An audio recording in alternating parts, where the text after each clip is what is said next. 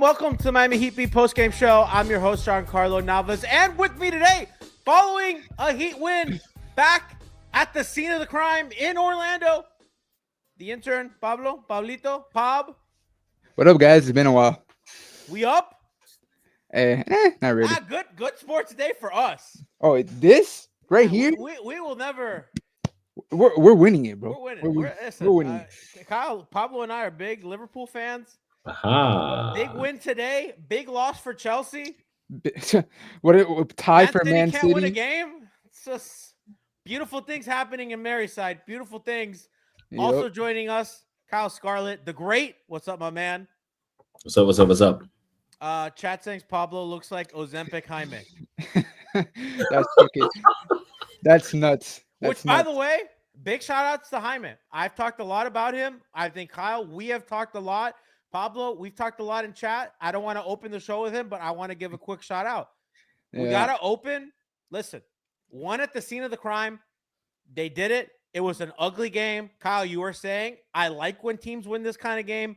They got embarrassed, punked. I mean, I have never seen. Twitter was calling for Spo's firing.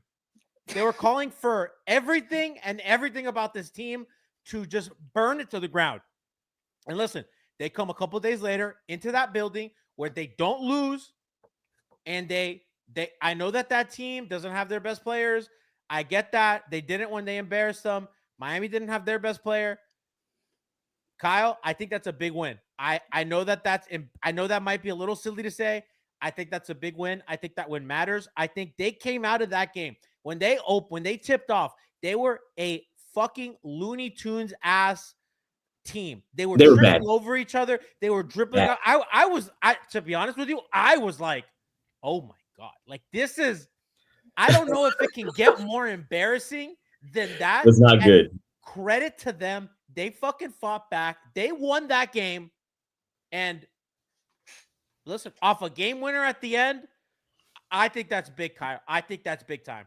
I do. I think Karate called it. The Magic are 10-1 against the East this year, which means they are not losing games at home or on the road. So that's whether they have their two top scorers or not. It's funny. I clicked the game on and I'm like 23-5. What is happening right now? Could not get a shot to go down. Not sure what they were doing. And I said, I was talking to my father. I was like, hey man, look, they come back and win this game. This just goes to show they're not as bad as everybody is making them out to be. It goes back to my point a few pods before. There's a lot of parity in this league this season. Like there are some teams with bad records. Don't get me twisted. But for the most part, every team is trying to get wins. It looks like it. Like everyone is trying to get a W. So to go in, get a dub, tune out the noise, not worry about trade talks or any of that stuff that fans are worried about. They went in there and went and got. And then also, not to take away from the win, but the officiating was horrendous, quite a bit. At the end of the day, you can't control that. I've always made it a point. Don't like to talk about officiating, even if it's sometimes really bad. Burke's play towards the end there, he's clearly getting shoved out of bounds, and they just were like, "Yeah, offensive foul." Chat says scoring us. Hey man, at the end of the day, bro, and I don't disagree with you. I just think it kind of evens out like throughout the course of a season. Like you'll get. So I feel that, but I think that you're gonna get some bad whistles. You're not, and listen. They shouts to Jovic for playing as much. He played pretty well until he got injured. Yeah. I'm annoyed about that. He changed the game, dude. When he came in the game, Pablo, he flipped whatever was going on. His scoring, the downhill, the aggressiveness, the shooting, all of it. He's a guy that flipped the game. Yeah, his playmaking really changed that first quarter because like 5 minutes into the game, we had 0 points.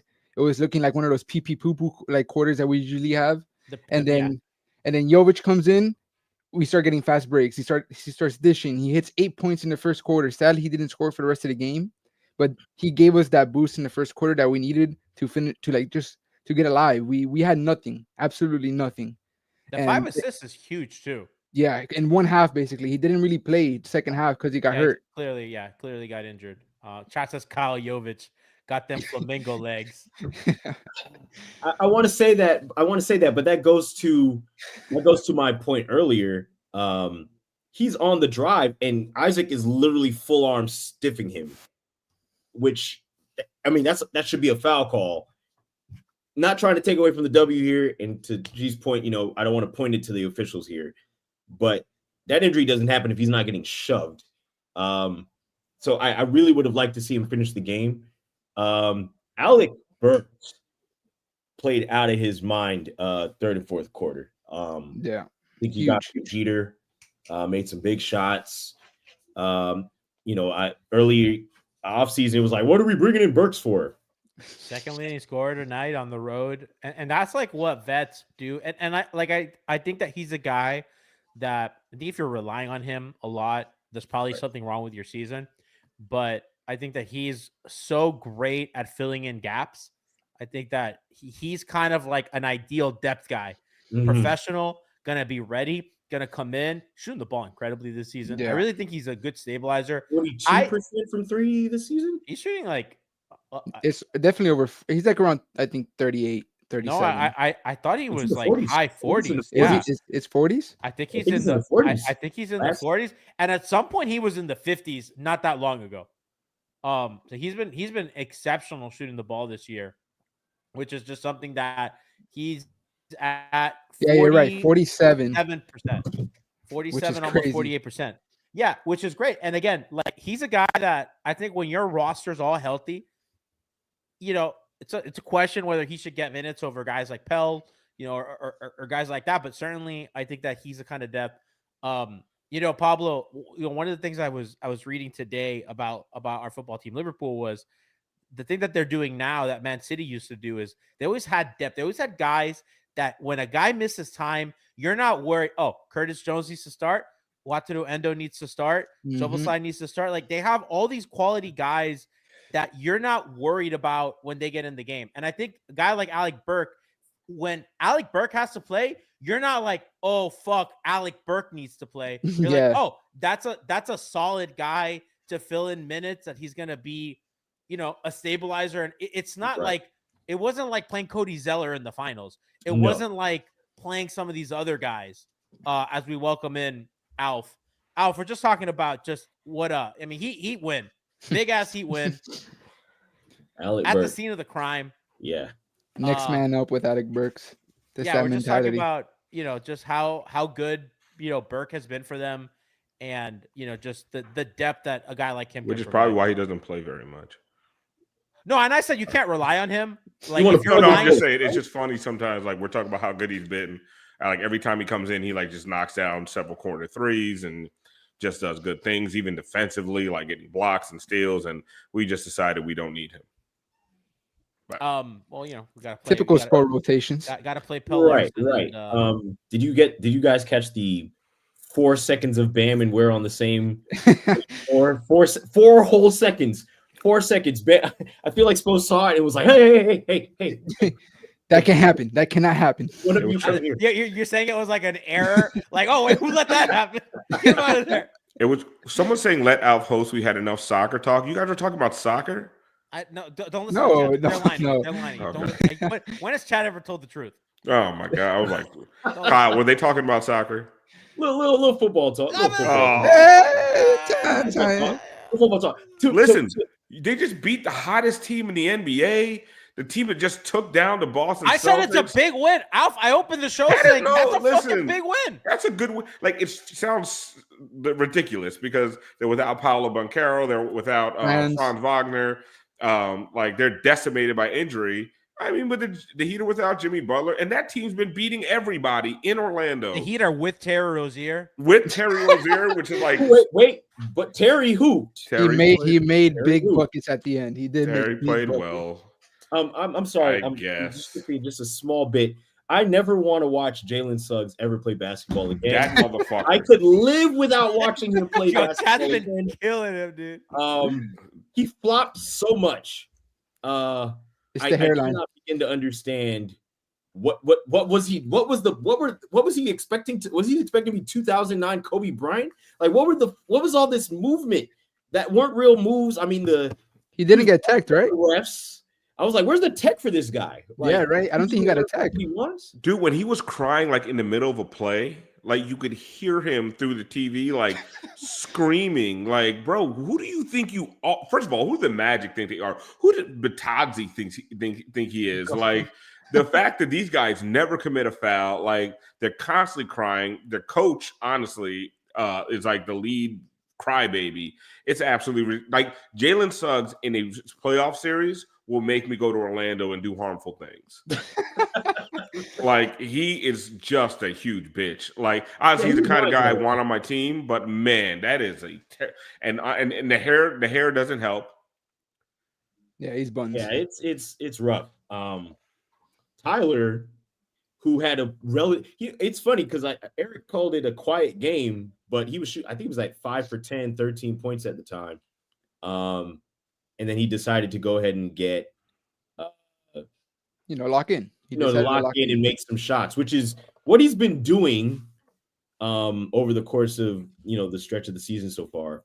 That game winner didn't surprise me. And him saying that's his spot also didn't surprise me because, of course, his shot profile has changed a lot this season. He tried to get there.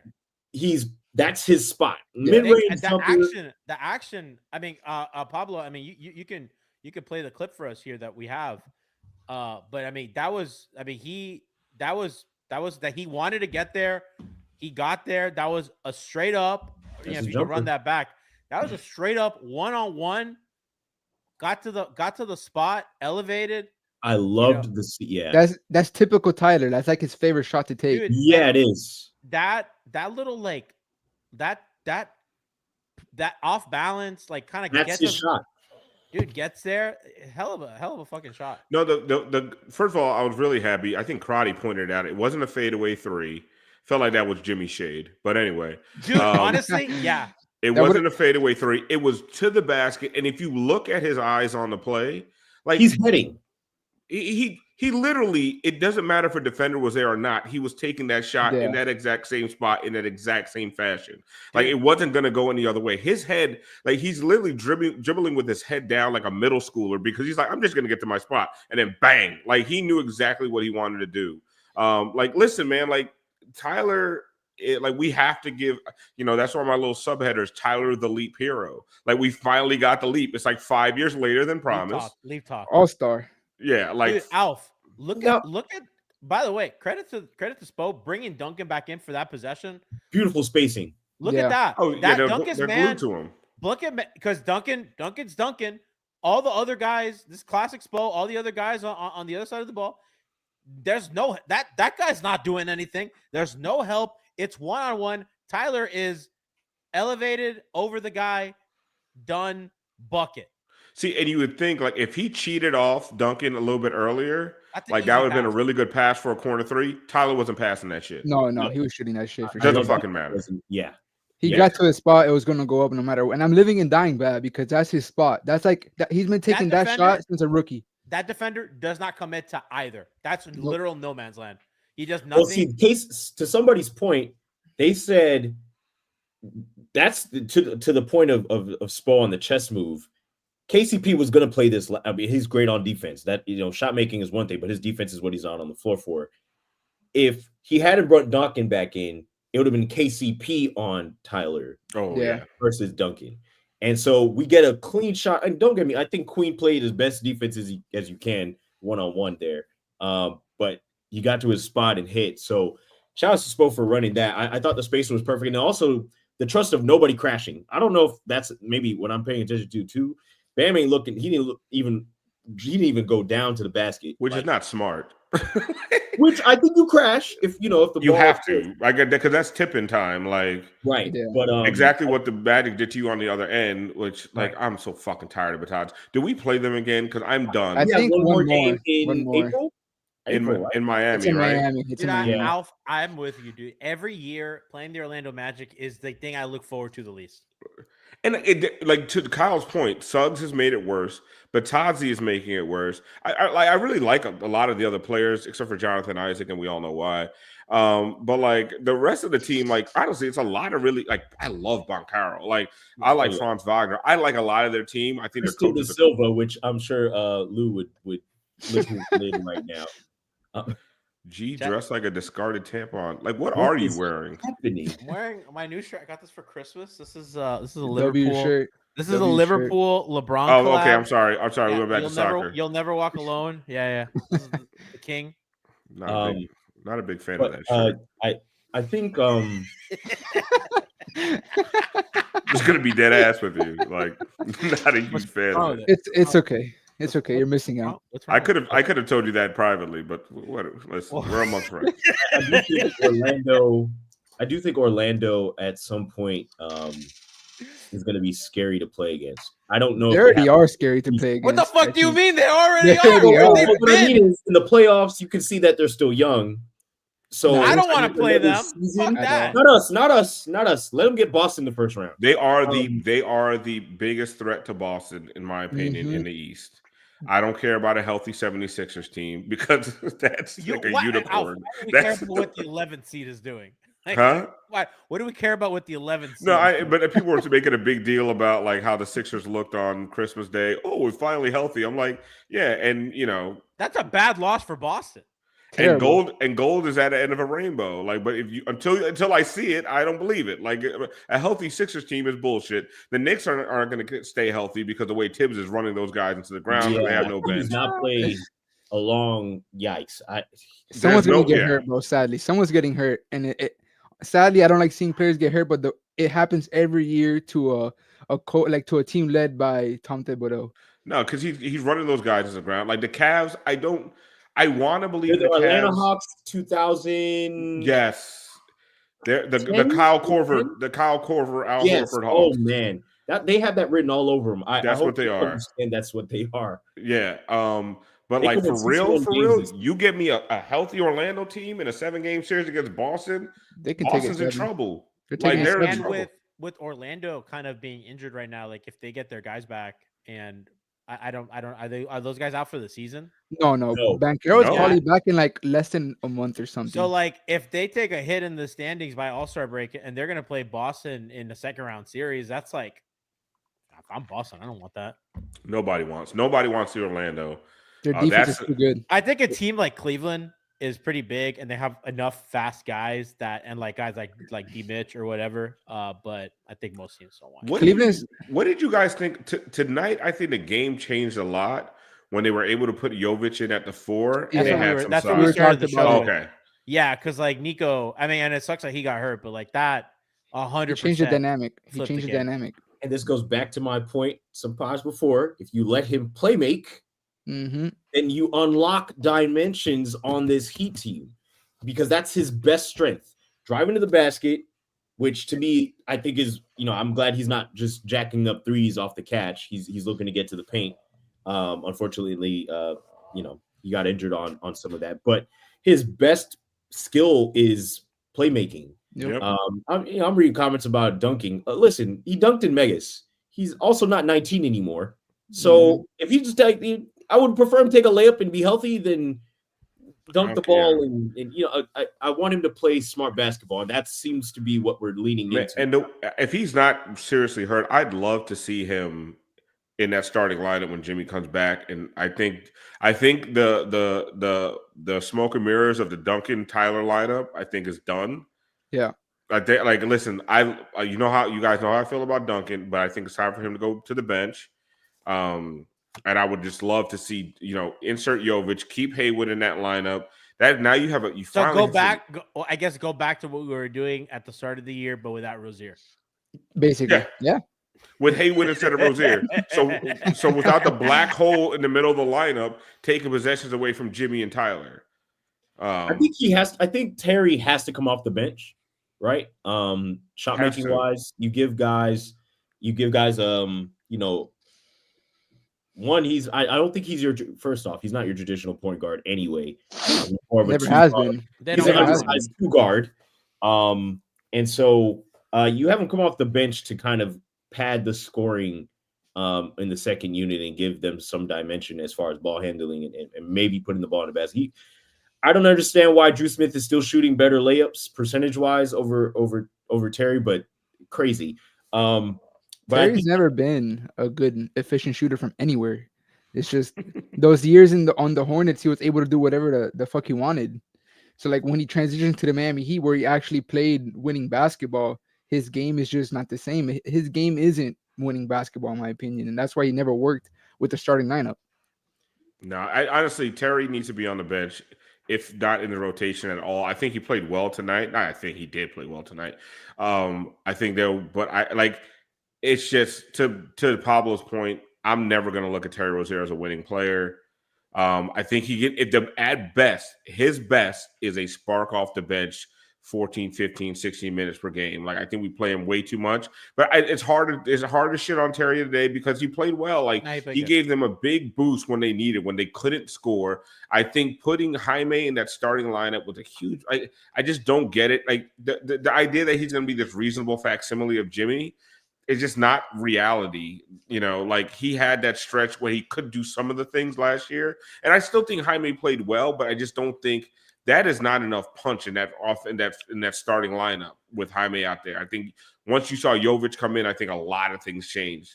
And I thought Jaime played well today too. Like, his first game in a long time that he's actually played like he did, but like that grouping to start a game off that went down 17 points is just not a good grouping. That shit was like I described it. That shit was like a Looney Tunes episode. Those guys were it was like comical how fucking inept they were. They were like tripping over, dribbling off their. I was like, what the fact that they came back after that. Because like the last time they played Orlando, we know what happened. Then they start the game like that, and I'm thinking, oh my god! And they fucking Jovic comes in, they put that shit together. But to Kyle's point, when Jovic came in, he became what? He became the ball handler. They started the game with no ball handlers. He was our point guard. He was our 6'11" point guard, and whenever he touches the floor, that's what he does. They started the game. Who was the ball? Like, who was the primary playmaker on Tyler? Like, I think it was Jaime. Bam. We've established. I would take Bam as a primary if you're going to have that lineup out there, right? But like, we've established that, man, Tyler's playing some great off ball. Like, why would you put him in that position? Jaime is not that guy. Like, not anymore, at least. I just think they were all put in position to fail really bad, and they played better in the third quarter. But it still wasn't great. But yeah, like once Jovic came in, you saw the difference. Oh, there's a ball handler, and then they had that size, man. Like, I'm just, like, I like it. This is why I've wanted to see Kevin Love in the starting lineup over Duncan. And part of it was to fix that backup center rotation. I hope, I pray that Ware is solidly their backup center at this point. I don't. Yeah. There's no reason. Like, he hasn't done a single thing to lose that spot. Dude, he's there. And I think that they will have moments where they'll play a little bit of Kevin Love. But I think stretch the floor out of that, right? Stretch the floor out of that, right? Yeah, and I think that there'll be matchups where they want to play Love with Bam. I gotta be honest, I don't have an appetite to play Ware and Bam together. No, not at all. And I see, and like, I think that there's like, I know like Trilly on Twitter is like begging for it. And there's like some folks that I just want small sample sizes just to see what it's like, simply because we haven't played size with size in a very long time. I think when there's a matchup to do it, I'd be interested. Like if they play Milwaukee and Milwaukee goes double big or something. But other than that, like, if you're gonna let Bam roam on defense, leave. That's what Ware's going to do. Roam on defense. So you guys want, first of all, so what I saw tonight is why I never want to see that pairing, right? The 4 seconds. Too many times, like, Bam is sitting there posted up at the 3-point line. There was a play where Jaime double team just took a double team mid-range shot, and he got the ball stripped while Bam is standing at the 3-point line because they won't even pass him the ball because he won't shoot it. Tyler took a contested mid-range instead of passing Bam the ball. It was like 2 possessions, twice in like 3 possessions, where Bam is sitting at the top of the key. They won't even pass it to him because what's the point? And Batadze is just sitting in the paint, right? So if Bam is not going to take advantage of that and he's going to refuse to shoot, what's going to happen when it's not Jovic out there or Jaime at the 4? Now it's just Ware. Now the entire paint is clogged. It's clogged. It's off limits. And Bam is going to be sitting at the 3-point line because it's either that or Ware's sitting at the 3-point line, and nobody's going to guard Ware out there either. So we're just going to be this perimeter oriented team with 2 guys on the floor who can't shoot. 90s basketball. I think if Bam was like just a better one-on-one player, it could work. I just don't really think that he. Can we talk? Have we talked about Bam? Nah. Chat, they're wanting us to talk about him. Chat, by the way, real quick, YouTube. So like we're streaming to YouTube now. YouTube audience is so different from the Twitch audience. Yeah. The YouTube comments, they're fighting. Alf, the commenters are fighting. This guy Randy and some other dude are they're mad. They're fucking going at it. And I was like, oh shit, they're fighting, but I gotta do the show. I'm like trying to read. Twitch, it's so nice. Everyone's happy. They're making jokes. Like Twitch is blue sky, YouTube is Twitter. Just filth in YouTube. Oh my god. I just think you can go ahead. I just think Bam's confidence is in the gutter right now because he did have a stretch where he was shooting threes, at least 2 or 3 a game. But like right now, he just doesn't want to do anything. But it's not even just the threes. It's like Bam facing up. Like Bam facing up against anybody. Like it's like he has a ball. He's faced up against Batadze with a head of steam, and I can do nothing to get around Batadze. Yeah. Nothing. And one of the things you're always talking about with Bam is like, oh, if you're against like a slow-footed big, like, oh, Bam has the speed to get around him. But Bam I don't know what has happened to any of Bam. Bam has never had the best footwork. He's never had the deepest bag. But like literally, he can do nothing. Like half the time, he's doing this. He's like doing this this cut through and it's literally into the waist of the defender and loses the ball. And it's so bad. Like I am a huge Bam fan. Like I think that listen, if anything else, you keep Bam and rebuild around him. But holy shit, man, these last 2 Orlando Magic games have me so fucking off the Bam train. Like the fact that you could do nothing against Batadze or Wendell Carter Jr. You have no way to score. And then somehow Khalil Ware gets in and he's rim running, getting lobs. Where the fuck are you? Why aren't you doing the same shit? But they don't. Somebody was saying it the other night. I don't remember who made the comment. One of the players, was it Tyler? Somebody said it's because of Ware is his role is simplified. It's easier to play with him. Dude, I was about to say that. And I think because Bam does defense, rebounding, pass the ball, grab the rebound. He does everything. That triggers the offense. It's more difficult to figure out how to play around him. And then this might be a stretch. So I don't mind be corrected on this. When you go from Olympics playing with other guys where you have space to do things back to almost no space to do things. The Miami Heat. They show 3 with Bam in the paint almost every time. As soon as he gets the ball, there's at least 2 guys. But there's too many times. Like someone just pointed out, he had Corey Joseph in the paint. And he should have backed him down. And the thing is, he did back him down, but he took so fucking long.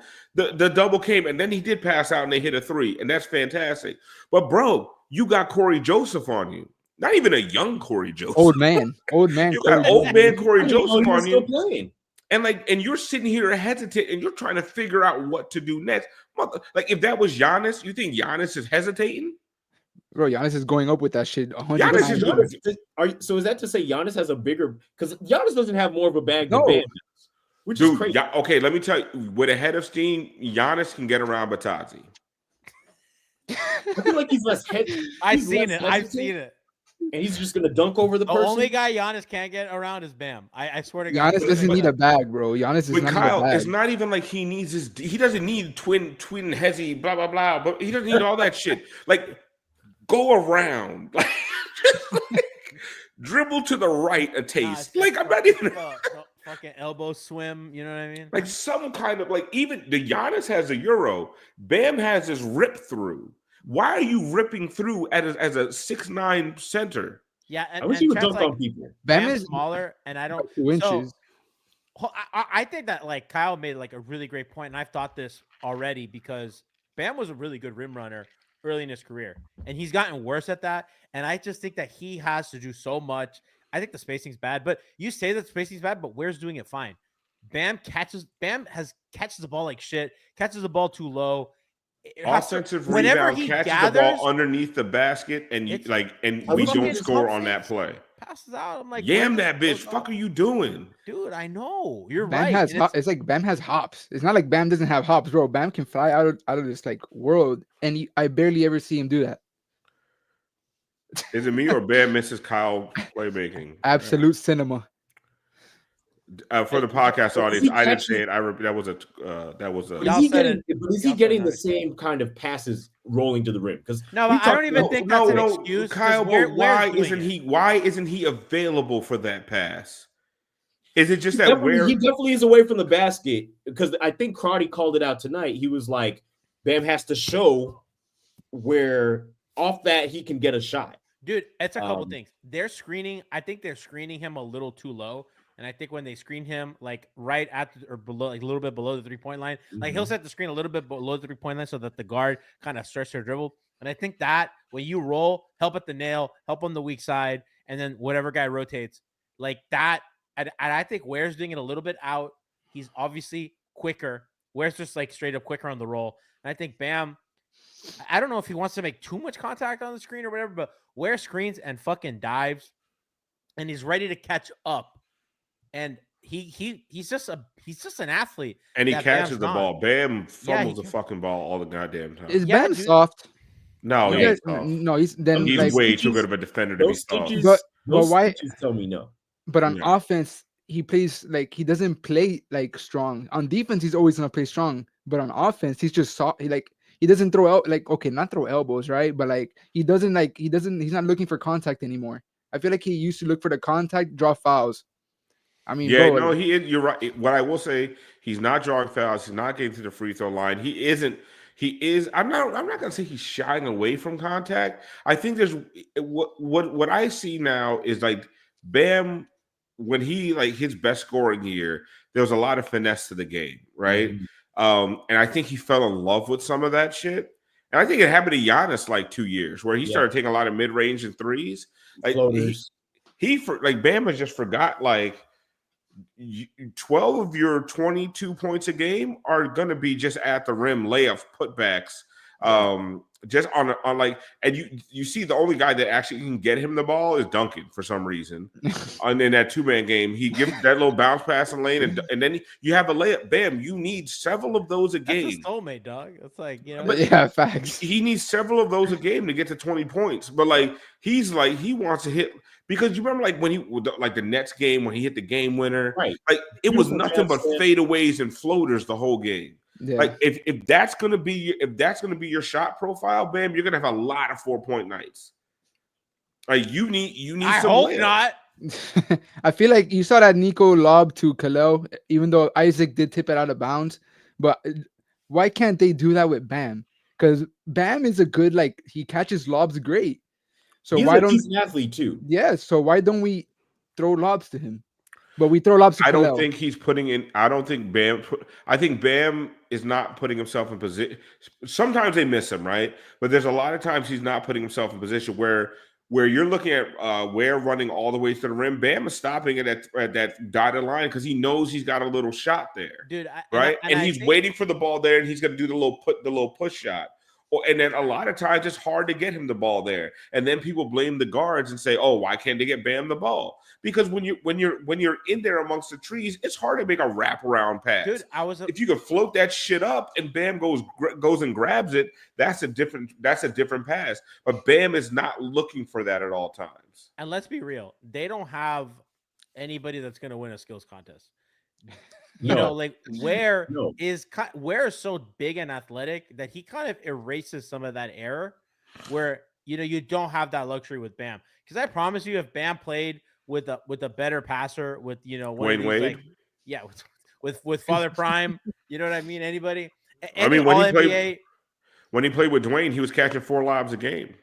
It was easy. I mean, like, not to open an old wound, but if he played with James Harden or something, you know, like I think that you'd be seeing kind of different kind of like scoring from him because he is smaller. And I know that, like, I mean, he's a 5. I'm not saying he's not a 5, but he's a little smaller. Someone in the chat points out Bam won a skills contest. And he did. He did win a skills contest. Wait a second. He did win a skills contest. I forgot about that. It's not that he doesn't have the skills to do it. Okay, but he can't pass to himself, chat. That's true. Our team is so bagless. I feel like I think just, and it's funny because when you think about it, I mean, this is kind of a little bit off base, but Beasley said he still hasn't beat Bam in one-on-one offensively. Like they played one-on-one and he hasn't beat. Well, where is that? You know what's funny? What does that even mean? That's Will Chamberlain. Beasley's known as one of the best one-on-one players in the entire world. Like in the NBA, there are tons of players who have said Bam has beat him one-on-one. And I'm like, well, clearly that's not just like... Bro, that might be because Bam doesn't let them score. Those games last forever and they give up. Well, I've watched some of the playing, and I mean, he gets to his spots, he gets to his jumper. But you know what, Kyle? When I see those little one-on-one, like they did at the Olympic practices and stuff, he ain't getting around nobody. He's shooting fadeaways. He's shooting floaters. Like, that's the thing. The game that he's playing in those one-on-one matchups. Like, I remember it was going around. It's like he's just crushing Tatum, crushing Brown, crushing everybody one-on-one. Even like I think it was against Drew Holiday, and he didn't take Drew to the paint or he got to the rim. He shot a fadeaway on Drew Holiday like that. And so the thing is, when that's going, he's elite. But that's not. I mean, listen, like in the modern day NBA, like 13-foot fadeaways can't be the whole thing. Like you have to somehow get to the rim on your own sometimes as well. Like it can't just be passes underneath the rim. Every once in a while, Bam has to face up against a Batazzi, against a Wendell Carter, get around him and get a layup. And I think this was to G's point. He was saying, why is it Bam in the gym with Bosh, who did all the things we're talking about here? He shot from mid-range, shot the 3, but he also could get to the basket. You get the layups. He could dunk the ball. I bet that's more of a Chris Bosh thing. That's different, though. Where is that guy? Bosh had a different length where if Bosh hit you with the pump fake and then did the move up and under, like Bosh could be at the dotted line and hit a layup. Bam could learn a lot from that. Like if right now everyone's looking for that little fadeaway jump shot, hit him with a pump fake and go under. Every once in a while, Bam. Do you remember when they used to call Bosh soft? Yeah. Yes. I think Bosh looks like Shaq compared to Bam. The way that Bosh wanted contact. Yeah.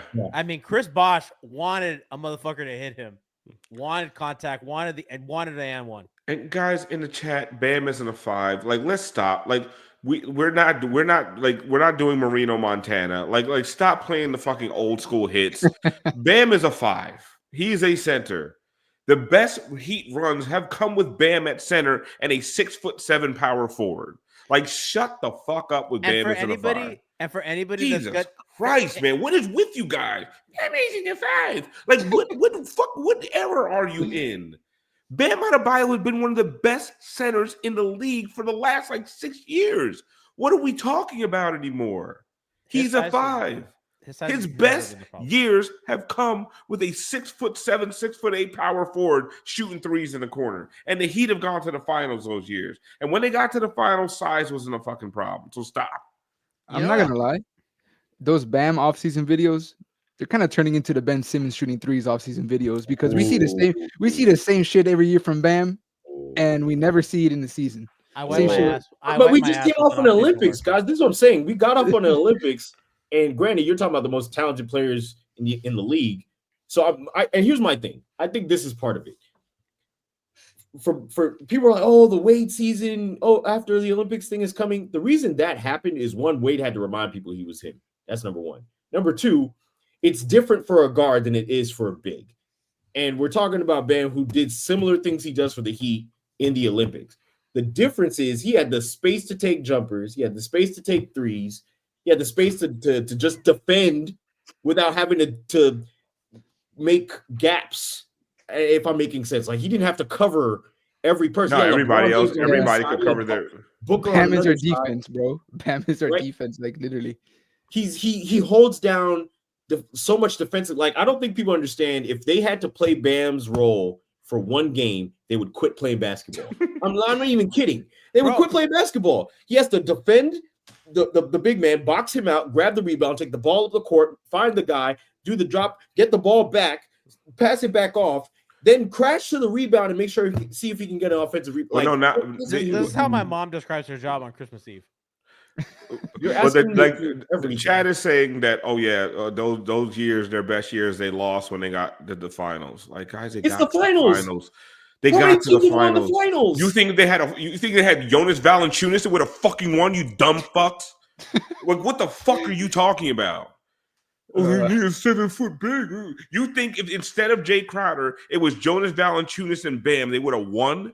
What are you, fucking dumb? Bam Bam was hurt. I mean, they didn't have Bam. We had Kelly. What the fuck are you talking? What center do you want next to Bam? We'll get Vucevic. Vucevic is a winning fucking player. You get fuck out of here. I can't. I'm so sorry. Bring back Kelly. It drives me nuts. Give me the fuck. The only one you can give me is Brook Lopez. And we're not getting Brook Lopez. Okay. If we had a Brook Lopez center, we would have won some finals. I'm not going to lie to you. Yes. Somebody who could shoot and give Bam space down there. Oh, come on, man. We had him, bro. We had someone like that. I do want to say. Yeah, and everyone complained about Kelly. I love Kelly. He's but now remember, Brook Lopez is also a defensive player of the year. And Kelly Olynyk is 7 feet tall and his arms are shorter than mine. So it was a whole... It was a big difference. I've never seen a guy his size grab 3 rebounds. Like, people talk about, you know what I love? Like, when I watched the Olympics, Bam and AD, oh my God. That was beautiful. Ask the Lakers what they want for AD. But what did AD play? AD was the 4 in those lineups, guys. AD sucks at the 5 too. Guess what? Bam is a 5. He's a fucking 5. And you want to know why it worked? Because people respect Anthony Davis from 3. Y'all are, I'm not gonna lie, Alf. You're hurting my feelings by giving me something I cannot have on this Heat. Okay? I can't have but they said Khalil Ware is gonna be a stretch 5. They said Khalil Ware is gonna be a stretch 5. Why? Because he hit like 4 threes in college. I mean, here's the thing. If you can get that Yurt 7 isn't even the fucking league anymore. Yurt was gonna be the fucking answer. I mean, if every year we do this, if you can get that 3 going, right, that helps the Heat long term. The Anthony Davis thing is I actually all Olympics. I was talking to my mother about it. I was like, yo, if the Heat just decided to go trade for Anthony Davis, I'd be happy. Just put him next to Bam. This whole thing, granted, you're talking about him being, he's not as healthy all the time. He gets injured, but when he plays, at least defensively, he's a monster. So you have a front line with Bam, and I think that's a lot of the reason why Team USA won the Olympics, aside from Curry going nuclear. Don't forget about Curry. Bam and Anthony Davis locking up teams, and they couldn't drive to the basket. They couldn't get past him on the perimeter. So I hope Ware can turn into something like that. I mean, granted, we're talking about Anthony Davis, who was on, the Olympics team at 18. So we're there's some miles apart here. I'm just saying that I think it would be interesting if Ware can get. But here's the thing. It's like we do this stuff where yes, if you paired Bam with the perfect 7 foot 40% 3-point shooter, yes, he could play the 4. And also, you'd also have to take Jimmy out of the equation because Jimmy plays in the same spaces that Bam plays. Agreed. Which is another reason why it doesn't work, because Jimmy plays like a power forward. Like, so you'd have like 4 power forwards, like you're the Indiana Pacers in 1997. It's just not going to work. But I don't know. I just get frustrated. Like, just the fact that the Heat have a top defense every year. Like, they are Bam's net rating on the floor as a 5 with no other big is amazing. He's fine out there. Now, would I love for him to have a large power forward, Jovic, who could shoot the 3 and handle the ball? Jovic. I mean, that'd be great, but we don't play Jovic. Or we play him next to Terry and Tyler, where he's useless. No, hold on. I want to say one thing too, because I think that we opened the show by saying what a big win this was, and they won this game defensively because they scored 89 points. So, and defensively is that guy. That guy is a cornerstone of everything they do defensively. So I do want to give him flowers, because as frustrating as it is to watch him score 4 points in a game where they won by 1, they only win that game because of how great he is defensively by holding the Magic to 88 points, which this was a game straight out of 2005, 1990, baby, high scoring game in 2005. We're the Pacers with the Davis brothers. Obviously, I think the criticism of his offense is important, but I do think that we have to remember that the reason why he's a cornerstone is the reason why he's a max player is not because he's an offensive player, it's because he's the best defender in the league. And that's why. So quick transition. I want to close the show with the other kind of big news of the day, which I don't know. Alf, did you watch the Heat broadcast? Or a little bit. I saw they put the Riley quote up. Yeah. So Will Manso had this funny moment where he's like, "Yeah, the biggest basketball story of the day," and I was like, "Oh, they're gonna bring up the Riley thing." Jim Larrañaga steps down. I go, "What?" Okay. I go, "Oh, I guess." So I'll put it up. So Pat Riley had a quote today. Obviously, there's been a lot of talk about, kind of the Jimmy trade rumors. It was kind of reported that Jimmy was upset that the Heat never denied the trade rumors.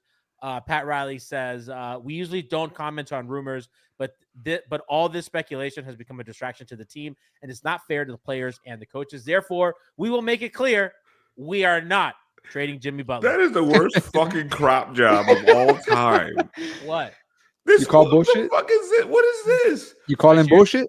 No, I'm talking about. I see the mentions. I see how many DMs what do you want me to do? Have. I'm like, you know what I mean? Like, what kind of crop job is this? I don't know. What do you want? I mean, this is the worst cutout of a tweet I've ever seen in my life. I can like do that, but it's like, why did you just crop the fucking tweet? I mean, because then I would have a thing. Oh, this is good because our faces are on the left, and I can have the tweet on the right.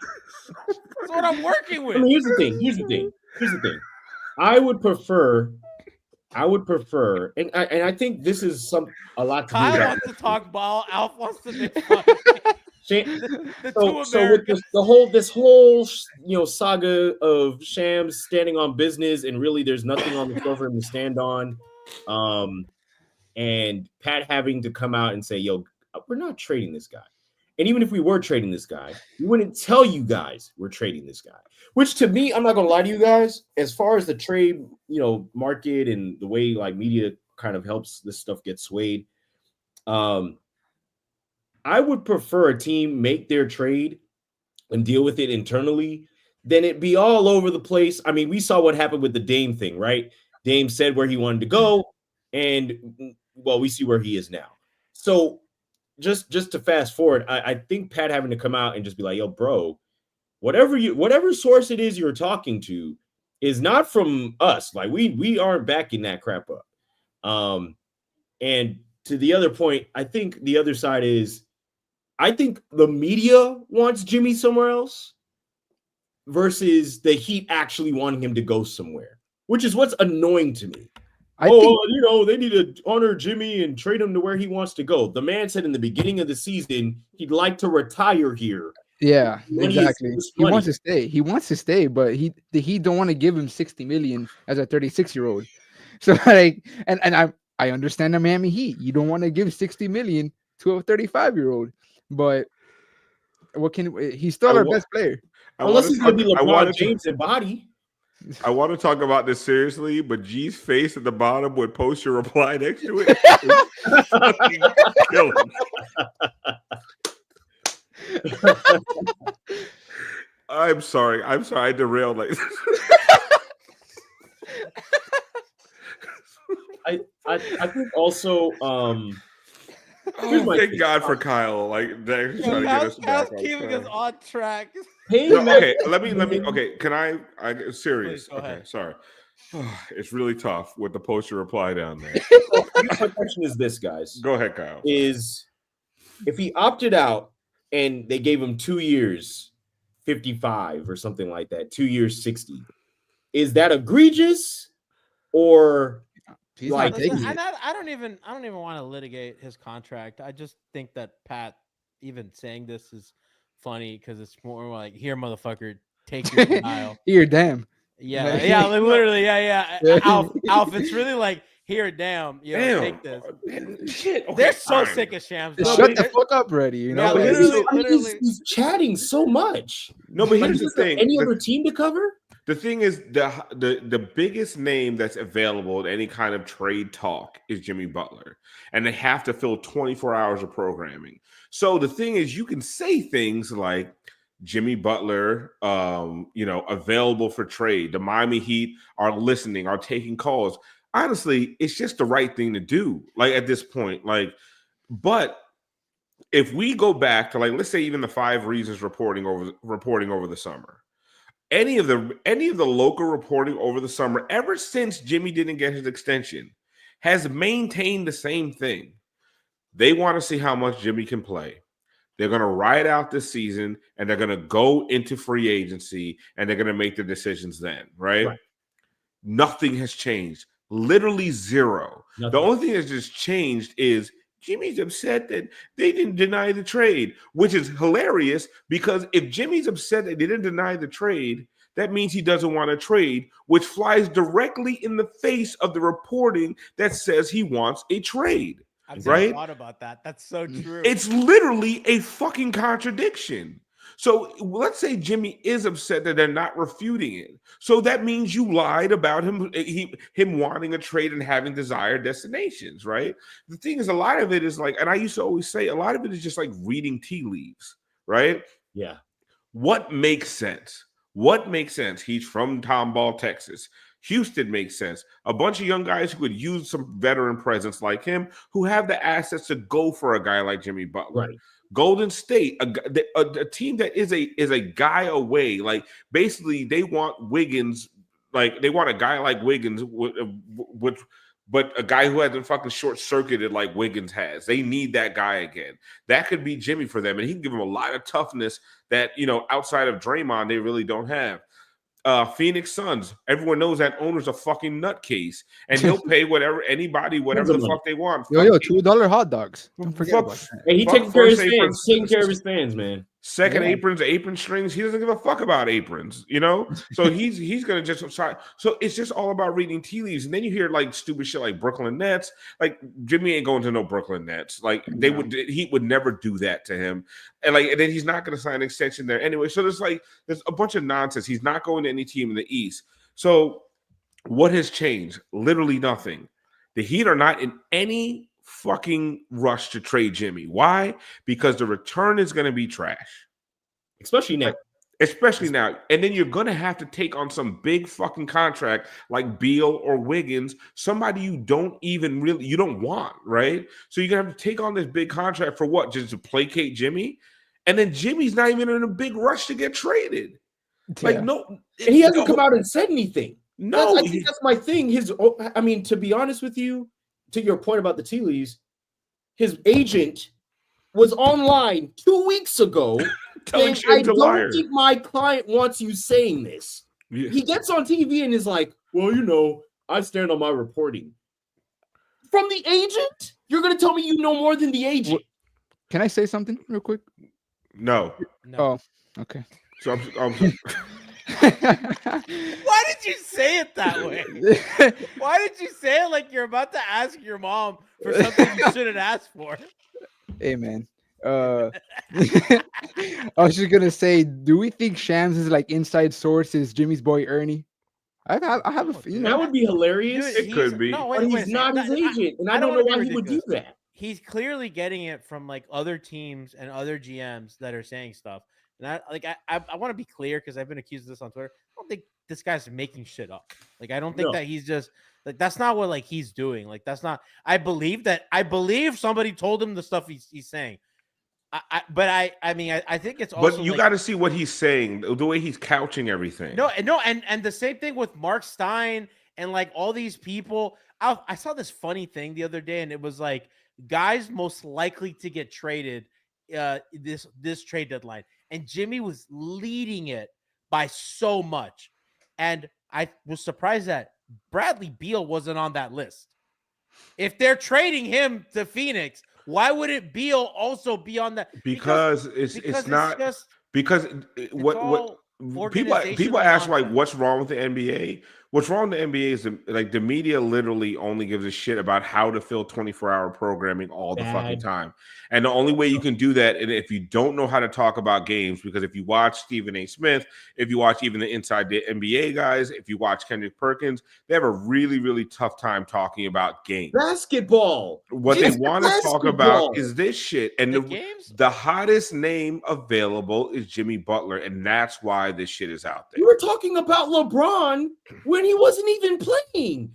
2 nights ago. Oh my God. Bro, somebody told me, I think Rob Slater on Twitter, on Blue Sky, I made some. Somebody made a comment. They were talking about Twitter anymore. I don't know, but he was on. We're on Blue Sky having the time of our lives with no negativity or fucking videos of people burning alive. Anyway, so they were talking about on First Take, like they're going off about Austin Reeves hitting the last second shot, and Jordan would have took that shot or something. I'm like, why are we still talking about Jordan? Are you kidding? They're clip forming at the and end like and you're like, oh, why are the fans like, are they turned off about the NBA? Because these motherfuckers don't talk about the games. They sit there and read tea leaves about Jimmy Butler. The funny thing is, with this statement, we are back to where we were this summer.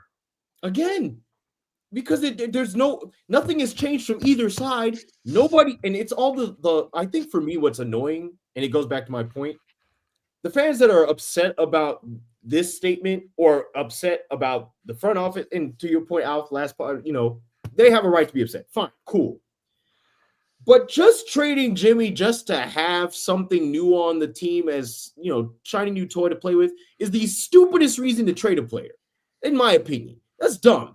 That's number one. Number two, Pat knows more about basketball and has forgotten so much about basketball more than any man. So I really don't want to hear, oh, well, the front office failed him. Listen, guys, I don't know if they understand that D-Wade wasn't saying relationships matter as a placate. He was saying because it really does matter.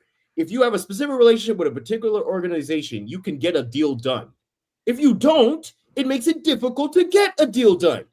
I just don't understand why people think it's like 2K. Yeah, I'm gonna force an override to get the guy I want on my team. My biggest problem with the front office failed Jimmy is that people are talking about the superstars. Where I say the front office has failed Jimmy, and they just where I feel like they've made missteps is they've really, I've talked about this a lot. They've really relied on their scouting and their G League, and they haven't gone out and got NBA guys enough. Like there have been guys available, the PJ Washington, Derek White was just sitting out there for anybody to grab. Like there was a lot of those guys. You want to talk about a guy that might fit well next to Bam if you really want a 7-footer? Kristaps Porzingis, anybody could have had him. Listen, I don't want. That make me mad still. Huh? It still make me mad because he was available. That's what I'm saying. But these are the moves. It's not the Dame one. Listen, they did everything they could. And Portland just wanted to be petty. Now, if you look at the package that they could have had for Dame Lillard, it's way better than what they actually got. Drew Holiday was up for grabs at certain times. There have been guys available. That's always been my problem with the build and whatever, and why people are mad at the front office. He culture. But at this point, when I say, honestly, whether they trade Jimmy or not, if they do, I'm going to be sad because I love Jimmy Butler and I want to retire a Miami Heat player. But literally the smartest thing to do is probably to trade him. And I'm not talking about because you're going to get great players for him. Like, you're going to be a worse team immediately after trading Jimmy Butler. The only reason I would trade Jimmy is if somebody gave you some Godfather offer of like 3 to 4 picks. And then you're going to have to take bad contracts with it. But what those 3 to 4 picks help you do is when Anthony Edwards wants out, when these guys want out and they want they want to go play with Bam. When De'Aaron Fox says he wants to go play with Bam, you actually, instead of like you've been before where you're like, I have $3, you might actually have a fucking cupboard of picks and some contracts to trade. That's why I'm saying if you're going to trade Jimmy, and you can get some assets back. But if right now, if what they want to do is say, let's go into free agency, let's see if we can offer Jimmy a 2-year 55, like you were saying, Kyle, if we could work something out and keep Jimmy here to the end of his career, I think that's what they want to do. And if Jimmy decides to walk and they can facilitate it through some kind of sign and trade and get a little bit back, to that point, to their end, I think that would be the most preferable way to go about it. And people are like, oh, well, Jimmy's going to make us stink. Who gives a fuck? And why would, to my opinion, why would he make a stink after making the? And here's my thing: he hadn't made the finals before the Heat. He's not gonna, right? I'm not saying that it's not this thing where it's one side versus the other. They happened because they were together. It worked because it worked. So to me, them playing it out towards the end of the season is more about things of how the Heat do things. For the most part, they try to do things with order. They try to do it with sense. If he's gonna walk, sending him somewhere in the middle of the season is just kind of reckless. They don't have to, Cal, because I mean nobody really has cap space, so he's gonna need a sign and trade, they're gonna get something for him no matter what. And they'll get him where he wants to go. Jimmy's not walking for nothing, no matter what. Jimmy's not walking for nothing. They know that, and I think that everyone is. I think understandably upset about the fact that you know, somebody pointed out in the chat, when Jimmy wants to make a stink, it doesn't need to be reported in hushed tones by Shams or Mark Stein. If he wanted to make a stink, the agent wouldn't be coming out to deny everything. Yeah, I don't deny that he's annoyed with the organization, and I know that the organization's annoyed with him. They're mutually upset with each other, and I just think that. But they've had tension for the last 4 fucking years. I don't know if you guys remember. Right? He almost killed Eric Spoelstra.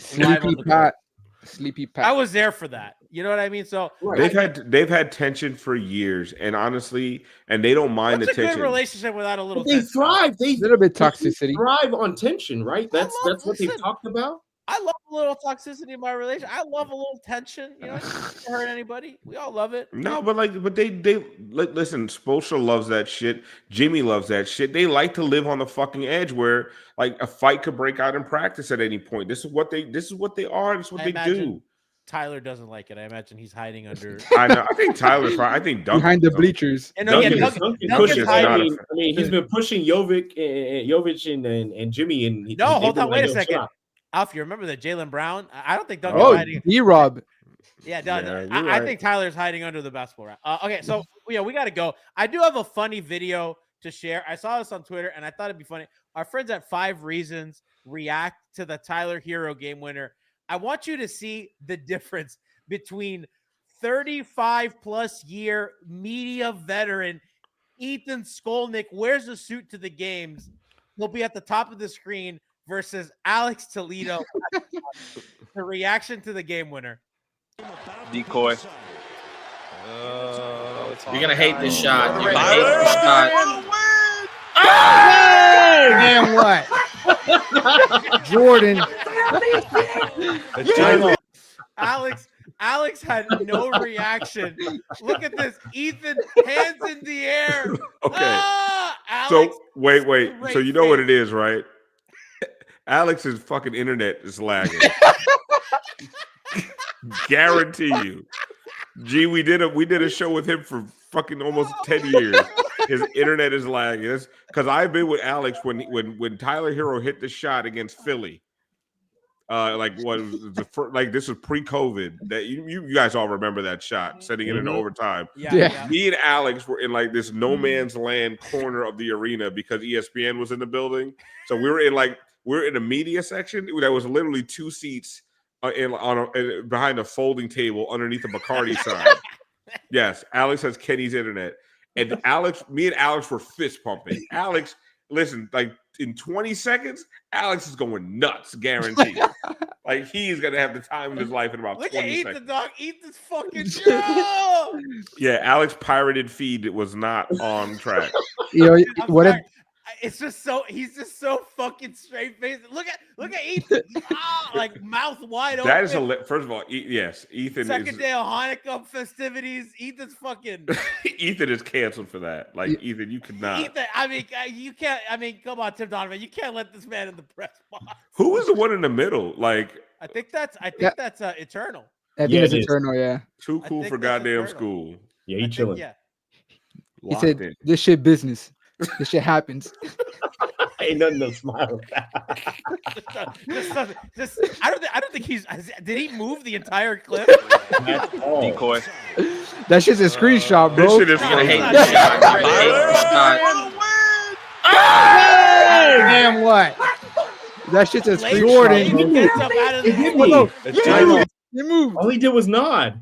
Ethan's showing off the guns. All right, He's working out. Yo, what if that was Kyle Lowry making that?